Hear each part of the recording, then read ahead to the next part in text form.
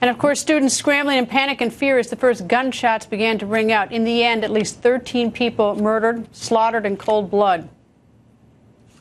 At approximately 10:38 this morning, the Douglas County Emergency Communications Center received phone calls from the college reporting an active shooter in one of the classrooms at the college.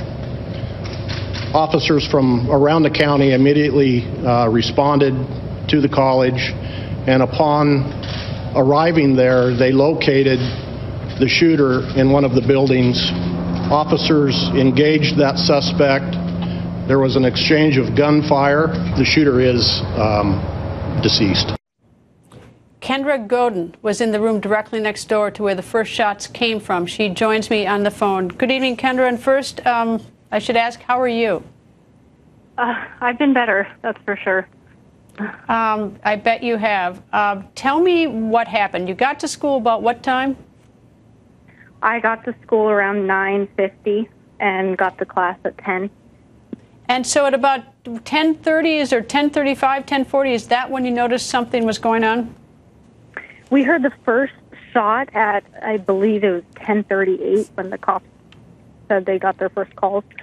And then one of the students from my class left to go check on the other room, and she was shot in the arm and in the stomach and ran back to our class and told us that there was a gun. So, so was your room adjacent to the room where the shooting occurred?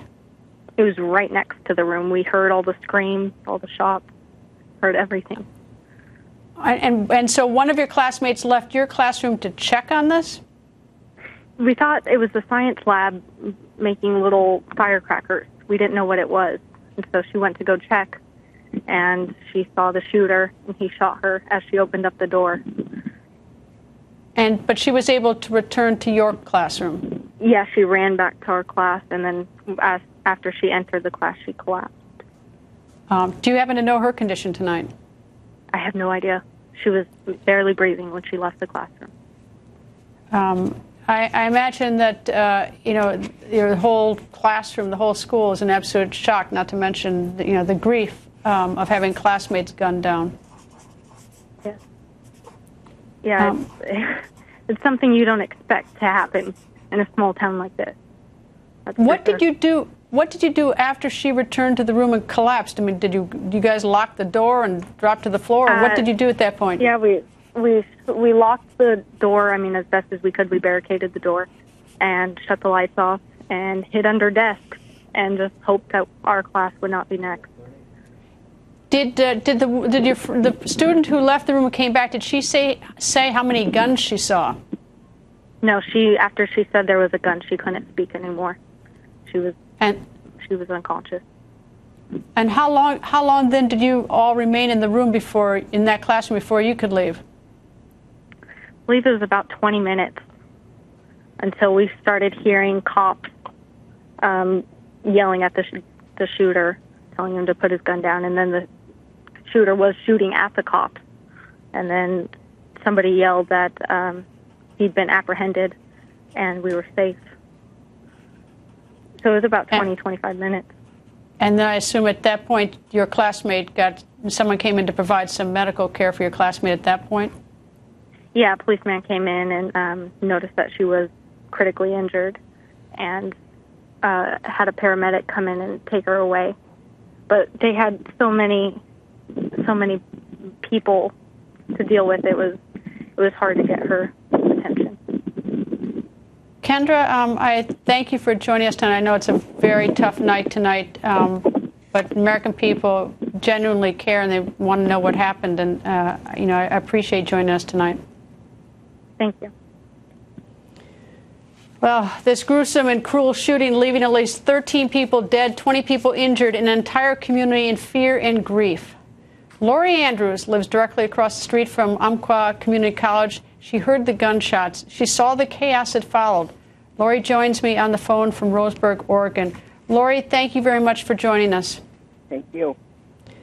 Lori, take me back to about 10:38 your time this morning. What did you see? What did you hear? Well, I thought somebody had leftover fireworks because it happens all the time on the river. And I didn't think anything of it until I heard screaming cop cars. And there's one, and there's two. And then they just kept coming. I never seen so much noise and ambulance. And I walked up there, and they're just everywhere. Everywhere. There were so many ambulances. We saw 7 leave with their lights on, so you knew that people were critical, injured. What's that? Did they lock your house down because you're right across the street, or did you, were people able to evacuate? We couldn't leave, and when I did, I have to show ID to come back in, that you have to be a homeowner. Did there come a time when you saw students leaving the school? Yes. They busted them all out, and I saw them come out of those classrooms, and they detained them and talked to them for a while. And the ones that I witnessed it, they took away police cars. And I assume that this was about what time? 10:38, the shooting occurred. So at about what? How soon after the police respond? How soon after were the students evacuated from the school? I'd already walked up there. I would say it was a good half an hour before they let the students out. Did you actually walk up to the school building? Yes. Did you see anything? No. They let you get so close, and with all the SWAT teams and all the rifles and everything, no. And the shooter went to Snyder Hall, where the parking lot is. It's the last building, and it has a back entrance that way, where you can't see. He went to clear at the back of the campus. Lori, thank you for joining us this evening. Thank you.